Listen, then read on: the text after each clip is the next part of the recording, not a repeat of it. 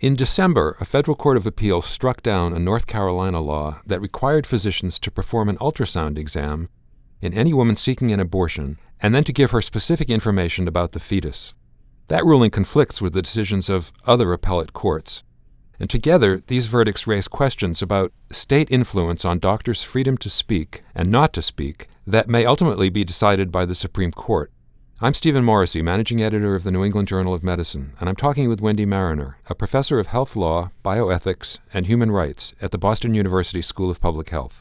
Professor Mariner has co-authored a perspective article about mandated physician speech and informed consent. Professor Mariner, has the Supreme Court given any indication that it will take up this issue, given the conflict between the appellate courts? Thank you for letting me be here with you. Not yet, but the possibility exists because you are probably aware abortion is sufficiently controversial that it's the sort of thing that the Supreme Court might take.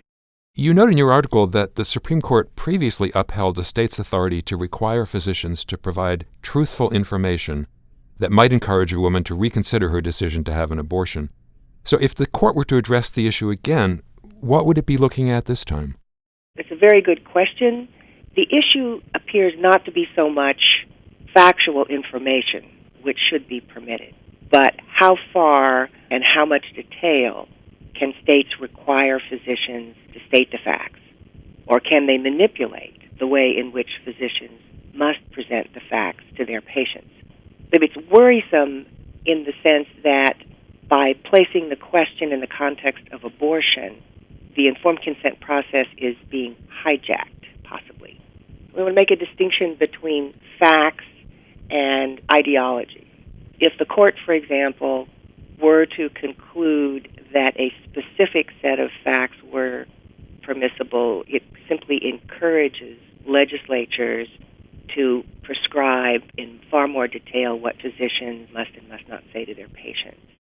Requiring ultrasonography, a medical procedure, seems to take things a step further than just requiring speech. What are the limits of state power to determine medical practice? Well, states certainly have far more power to regulate the practice of medicine, like the practice of any profession, than they do to regulate speech. But that doesn't necessarily mean that the state can dictate exactly what physicians do. It's one thing to prohibit quackery or very dangerous procedures. It's quite another to insist on using a particular diagnostic test for a particular condition. That goes way beyond the bounds of expertise of a legislature. Countrywide, how common are laws that regulate physicians' speech or behavior in the context of abortion? How has the issue been playing out in other states? States have increasingly been adding requirements and sometimes prohibition to what physicians say, and often have been doing it in the context of, say, controversial medical procedures. This is a bit worrisome because it can politicize the physician-patient relationship.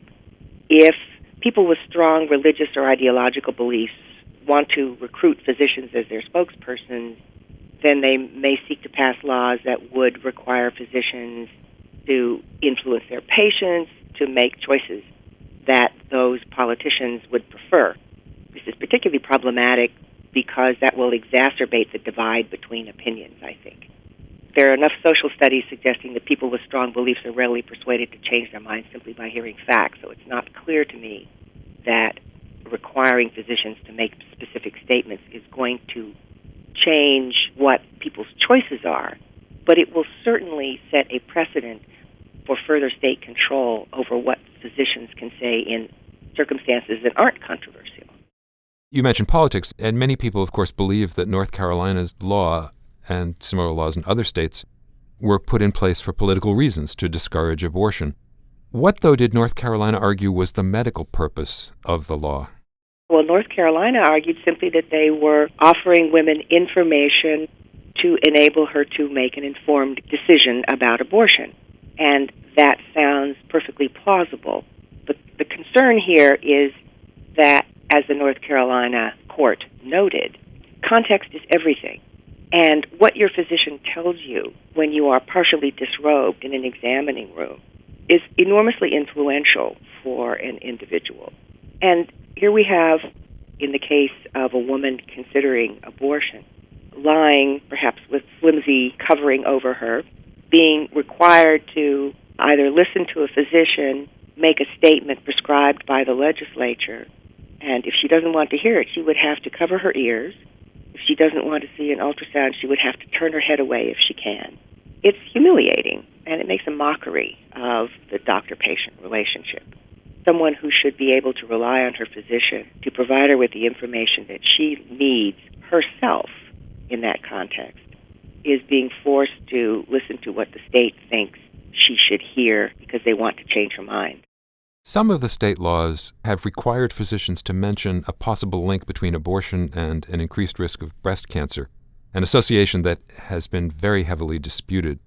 Have any courts addressed the issue of the accuracy of the information that physicians are required to give their patients?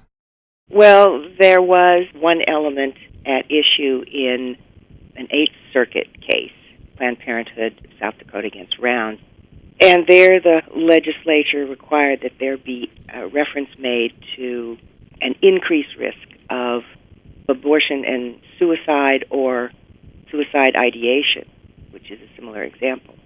There, again, disputes over the accuracy or the relevance of that particular relationship. The court took a very literal reading of the statute and said that the requirement that physicians tell this to patients should be considered factual because it merely described the possibility of an increased risk. And essentially what the courts are doing is saying this is factual. All it is factual. We're giving the fact that there may be an increased risk here. Of course, when women hear that, they may hear something quite different. I think the point here is that the problem for law and for medicine, in my opinion, is that the fundamental principles governing informed consent are being distorted by these ideologically motivated laws. And we need to stand tough against being subjected to manipulation that is pretextual. Thank you, Professor Mariner.